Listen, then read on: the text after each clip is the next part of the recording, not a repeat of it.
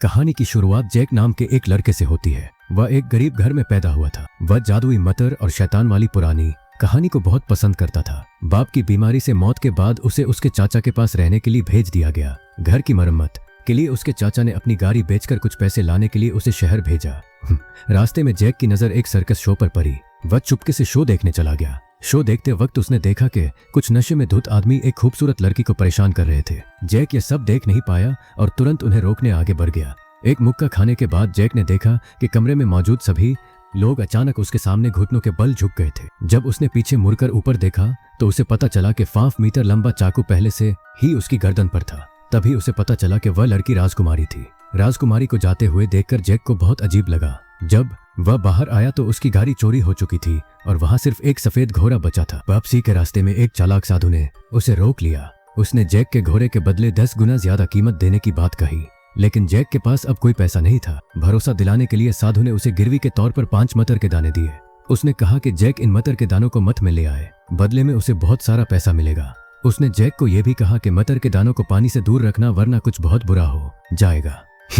Jack को बिल्कुल पता नहीं था कि उसके हाथ में जो मटर के दाने थे वे वही 5 जादुई बीज थे जिन्हें बूढ़े राजा के साथ दफनाया गया था। साधु पहले ही चुपके से महल में घुसकर उन बीजों को चुरा चुका था। जब शाही मंत्री घर लौटा तो उसने देखा कि घर पूरी तरह बिखरा हुआ था। वह घबरा गया। उसने फर्श पर पड़ी किताब उठाई और पता चला कि साधु बीज चुरा ले गया था। फिर उसने फर्श पर टूटा हुआ फूलों का गमला देखा, लेकिन अच्छी बात यह थी कि ताज वही था। इसलिए उसने सभी दरवाजे बंद करने और साधु को पकड़ने का आदेश दिया। इस बीच जैक को बिल्कुल पता नहीं था कि वह साधु एक वांटेड आदमी था। जब उसने ऊपर देखा तो साधु अपने सफेद घोड़े पर सवार होकर जा चुका था। जब चाचा को पता चला कि जैक ने अपनी गाड़ी कुछ मटर के दानों के बदले दे दी है तो वह बहुत गुस्सा हो गए।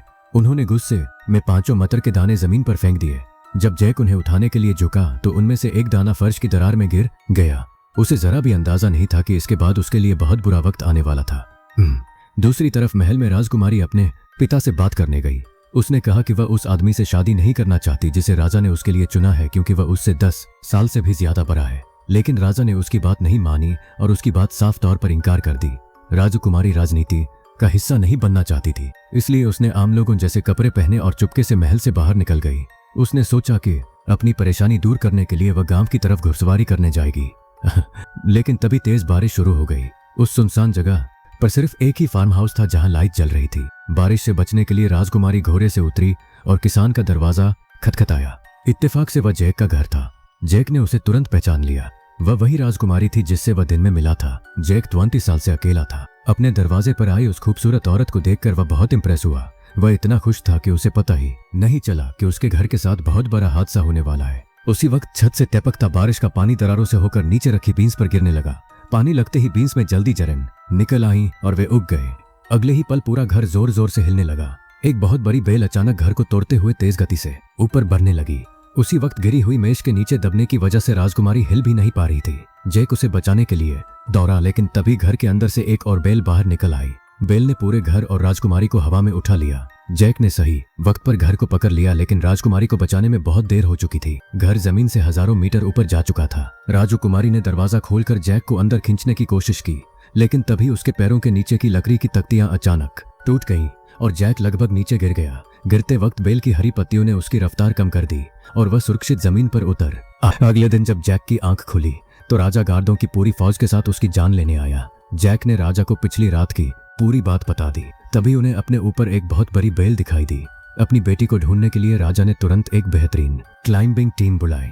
उन्हें राजकुमारी को बचाने के लिए बेल के सबसे ऊपर तक चढ़ने का आदेश दिया गया और क्योंकि जैक ही इस घटना का अकेला गवाह था, उसने भी उनके साथ जाने का फैसला किया। वे दिन से लेकर देर रात तक चढ़ते रहे, लेकिन उन्हें बेल का आखिरी सिरा दिखाई नहीं दिया। इस दौरान उनके ऊपर तूफान और बिजली मंडरा रहे थे।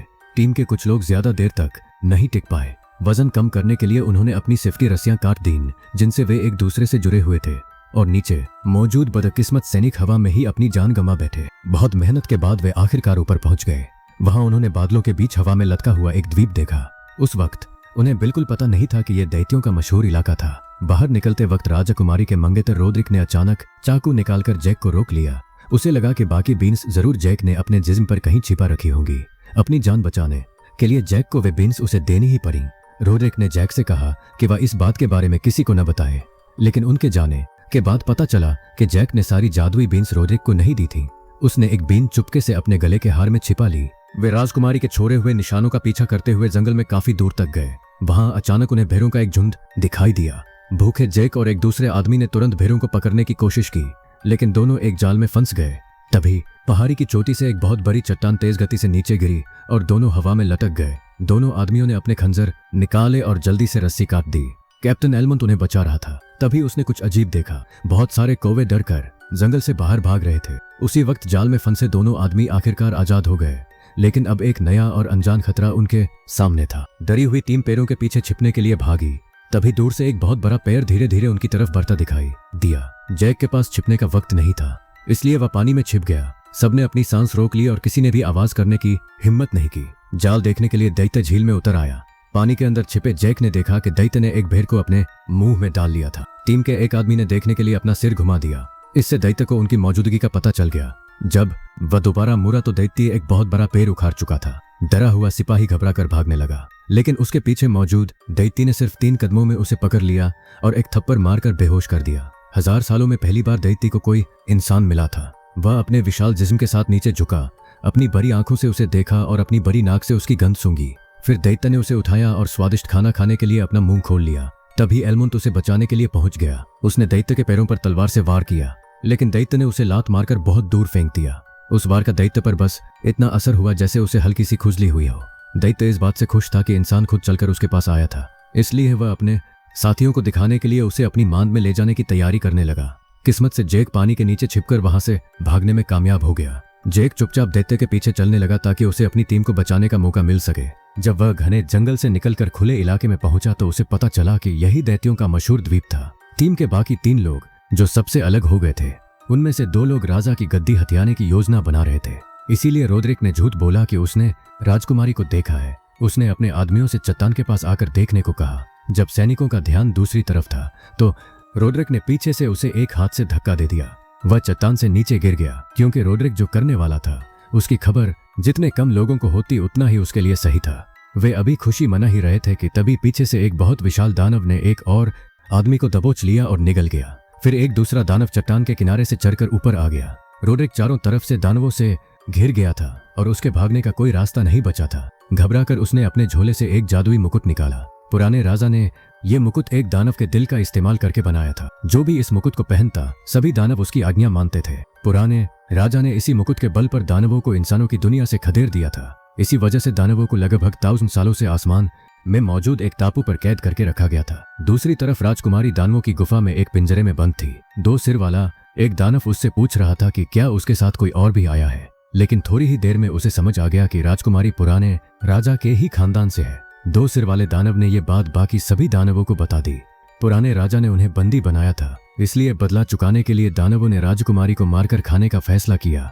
तभी एक दानव अपनी लाई हुई फसल लेकर गुफा में वापस आया। 2 सिर वाले दानव को समझ आ गया कि यहाँ सिर्फ राजकुमारी अकेली नहीं आई थी। गुस्से में उसने एक सैनिक को पकड़ लिया और पूछा कि वह यहाँ तक कैसे पहुंचा। सैनिक ने इंसानों की दुनिया में जाने वाले गुप्त रास्ते का भेद बताने के बजाय अपनी जान देना बेहतर समझा। जब 2 सिर वाला दानव दूसरे सैनिक से पूछताछ कर रहा था तभी रोड्रिक जादुई मुकुट लेकर वहां आ पहुंचा। जिस भी दानव की नजर उस पर पड़ी वह तुरंत घुटनों के बल बैठ गया और उसकी पूजा करने लगा। अब रोड्रिक की असली चाल सामने आ चुकी थी।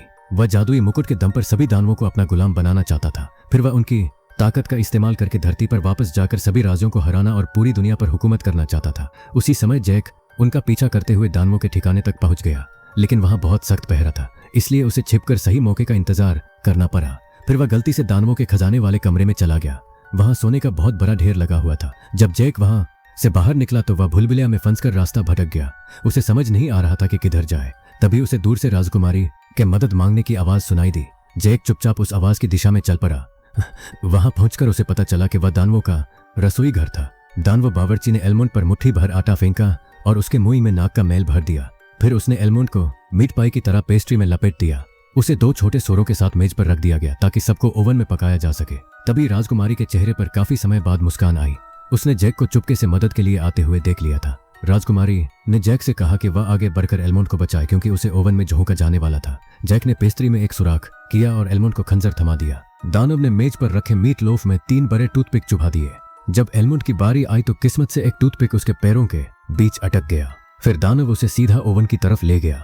इसी बीच जैक चुपके से चाकू रखने वाली जगह के पास पहुंच गया और सही मौके का इंतजार करने लगा। दानव अपने बड़े चाकू से बहुत तेजी से सब्जियां काट रहा था। फिर उसने पिंजरा खोला और राजकुमारी को मेज पर रख दिया। जैसे ही दानव राजकुमारी पर हमला करने वाला था, जैक ने चुपके से दानव के ऊपर रखा 5 मीटर लंबा बड़ा चाकू उठा लिया। फिर उसने चाकू लेकर नीचे छलांग लगाई और उसे दानव की पीठ में घोंप दिया। दानव दर्द से कराह उठा, फिर गलती से दीवार से टकराया और ढेर हो गया। इस तरह जैक दानव को खत्म करने वाला पहला हीरो बन गया। तीनों ने वहां रुकने का जोखिम नहीं लिया और तुरंत रसोई से निकलकर धरती पर वापस लौटने की तरकीब निकालने लगे। लेकिन जब वे चट्टान के किनारे पहुंचे तो उन्होंने देखा कि इंसानों की दुनिया में जाने वाले इकलौते रास्ते पर एक दानव पहरा दे रहा था। तीनों अपनी योजना के बारे में सोच ही रहे थे कि तभी जैक के ऊपर से एक मधुमक्खी उड़कर निकली। इसे देखकर जैक के दिमाग में अचानक एक तरकीब आई। उसने लकड़ी की छड़ी से ततैया का छत्ता उठा लिया। फिर एलमंड ने सावधानी से दानव का हेलमेट खोल दिया। जैक ने तुरंत ततैया का छत्ता दानव के हेलमेट के अंदर डाल दिया। हेलमेट पहनने के बाद दोनों आदमी तेजी से वहां से हट गए और आगे क्या होता है इसका इंतजार करने लगे। कुछ ही देर बाद दानव खड़ा हुआ और काफी देर तक इधर उधर घूमने के बाद उसे आखिरकार अपना हेलमेट उतारने का ध्यान आया। लेकिन तभी एक मधुमक्खी उसके सामने उड़कर आ गई। उससे बचने के चक्कर में दानव अचानक चट्टान से सीधा नीचे जा गिरा। इस तरह इंसानों की दुनिया में वापस जाने की आखिरी बाधा भी खत्म हो गई। एलमंड ने कहा कि जैक को पहले राजकुमारी को लेकर जाना चाहिए। वह खुद पीछे रुककर गद्दार रोड्रिक से हिसाब बराबर करेगा। दानवों को दोबारा धरती पर आने से रोकने का एक ही तरीका था, जादुई मुकुट को वापस हासिल करना। इसी बीच नीचे की दुनिया में साधुओं का एक समूह प्रार्थना कर रहा था। तभी वही दानव जो अभी चट्टान से गिरा था, आसमान से नीचे आया और उनके सामने आ गिरा। हर कोई ये देखने के लिए वहां इकट्ठा हो गया। इससे साफ हो गया कि दानव सच में मौजूद थे और ये सिर्फ कोई मनगंत कहानी नहीं थी। इंसानों पर दानवों का दोबारा हमला रोकने के लिए राजा ने राजकुमारी को बचाने का ख्याल छोड़ दिया। उसने आसमान तक जाने वाली बेलों के पुल को काटने का हुक्म दिया। अगले दिन रोड्रिक ने सभी दानवों को चट्टान के किनारे जमा होने का आदेश दिया। वे इसी बेल के रास्ते जमीन पर जाकर इंसानों से जंग लड़ने की तैयारी कर रहे थे। पीछे रुका हुआ कैप्टन छिपकर उन पर हमला करने का सही मौका तलाश रहा था। तभी बाईं तरफ वाले 2 सिरों के दानव को कुछ अटपटा लगा, लेकिन दाईं तरफ वाले दानव ने उसे रोड्रिक को कुछ न बताने के लिए कहा। उसी समय एलमंड अचानक रोड्रिक के पीछे से आया और उसे खींचकर गुफा में ले गया। लड़ाई के दौरान गलती से बाकी जादुई बीज जमीन पर गिर गए। चालाक दानव सरदार ने अपने आदमियों को बड़े पत्थर तोड़कर गुफा का रास्ता बंद करने का हुक्म दिया। कई बार हाथापाई होने के बाद रोड्रिक ने एलमंड को जमीन पर पटक दिया। फिर उसने उसे चट्टान के किनारे से लात मारकर नीचे गिरा दिया। लेकिन रोड्रिक ने वार करने से पहले बहुत सी बातें करके एक बड़ी भूल कर दी। एलमंड ने मौका मिलते ही उसकी पीठ में छुरा घोंप दिया। रोड्रिक ऊपर मौजूद दानव को अपनी मदद के लिए पुकारने लगा, लेकिन तभी वह एक बड़े पत्थर के नीचे दबकर मारा गया। दानव ने रोड्रिक को एक हाथ से उठाया और उसके सिर से जादुई मुकुट उतार लिया। फिर उसने मुकुट अपनी उंगली में पहन लिया। अब इस मुकुट की ताकत से 2 सिरों वाला दानव दानवों का नया राजा बन गया। तब तक नीचे मौजूद सैनिक बिलों को लगभग काट चुके थे। जैक और राजकुमारी वापस लौट रहे थे। तभी उन्होंने जमीन पर कुछ हलचल देखी। जल्द ही बड़ी बेल का संतुलन बिगड़ गया और वह उखड़ने लगी। जैसे ही उसकी आखिरी जड़ें टूटी, आसमान तक जाने वाली विशाल बेल तेज आवाज के साथ नीचे गिरने लगी। उसी समय ऊपर मौजूद एलमंड ने आखिरी पल में बेल को थाम लिया और टापू से बाहर निकल आया। बेल को नीचे गिरते देखकर दानव गुस्से में चीखने लगा। बेल गिरती ही जैक ने राजकुमारी को अपनी बाहों में लिया, बेल को पकड़ा और जमीन की तरफ कूद गया। फिर उसने सही समय पर घास के ढेर पर छलांग लगाई और सुरक्षित नीचे उतर आया। गिरी हुई बेल अब महल की तरफ बढ़ रही थी। महल के सैनिकों ने लोगों को सुरक्षित बाहर निकालने के लिए खतरे की घंटी बजाई। आखिरी पल में एलमंड नदी में कूद गया और अपनी जान बचा ली। राजा अपनी बेटी को सही सलामत वापस देखकर दंग रह गए। उन्होंने जैक को राजकुमारी की जान बचाने के लिए बड़ा इनाम दिया, लेकिन एक पिता होने के नाते उन्होंने जैक का शुक्रिया भी अदा किया। जैक को इनाम का कोई लालच नहीं था, लेकिन नियम के मुताबिक राजकुमारी किसी आम इंसान से शादी नहीं कर सकती थी। इस वजह से एक दूसरे से प्यार करने वाले इन दोनों का साथ होना नामुमकिन था। असल में वापस आते समय दोनों के बीच प्यार हो चुका था। विदा कहते समय जैक ने राजकुमारी को अपनी पसंदीदा कहानियों की किताब दी ताकि वह उसे हमेशा याद रखे। जैक उदास होकर राजकुमारी को जाते हुए देख रहा था। तभी ऊपर मौजूद दानव ने एक खतरनाक काम कर दिया। उसे रोड्रिक का छोड़ा हुआ झोला मिल गया। तभी उसे पता चला कि झोले में 5 जादुई बीज थे, इसलिए उसने 5 जादुई बीज नदी में फेंक दिए। नदी के पानी से बीजों को ताकत मिली और वे जल्दी ही उग गए। अगले ही पल जमीन से 5 बहुत बड़ी बेलें ऊपर की ओर बढ़ने लगीं।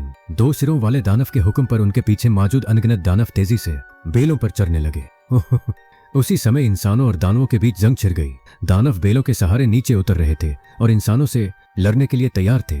जैक घोड़ों को चारा डाल रहा था। तभी उसने पानी की टंकी में हवा में कुछ अजीब देखा, इसीलिए वह तुरंत राजा को यह बताने शहर की तरफ निकल पड़ा। राजा महल वापस जा रहे थे और उन्हें आने वाली जंग के बारे में कुछ भी अंदाजा नहीं था। जैक मठ के पास से गुजरा और वहां के साधुओं से खतरे की घंटी बजाने को कहा।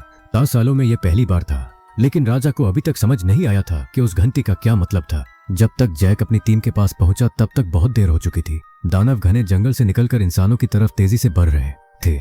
वे घोड़ों से भी तेज थे और लगातार इंसानों के करीब आ रहे थे। दानवों ने पीछे छूट गए सैनिकों को दबोच लिया और अपने बड़े हथौड़ों से उन्हें सैकड़ों मीटर दूर फेंक दिया। फिर वे भीड़ में घुस गए और इंसानों को रौंदने लगे। अच्छी बात यह थी कि सामने मौजूद बेलों की वजह से इंसानों को भागने के लिए थोड़ा और समय मिल गया। तब तक राजा की सेना महल के पास पहुंच चुकी थी। एल्मोंड तेजी से दीवारों की तरफ भागा। उसने अपने सभी आदमियों को इकट्ठा किया और महल की रक्षा की तैयारी शुरू कर दी।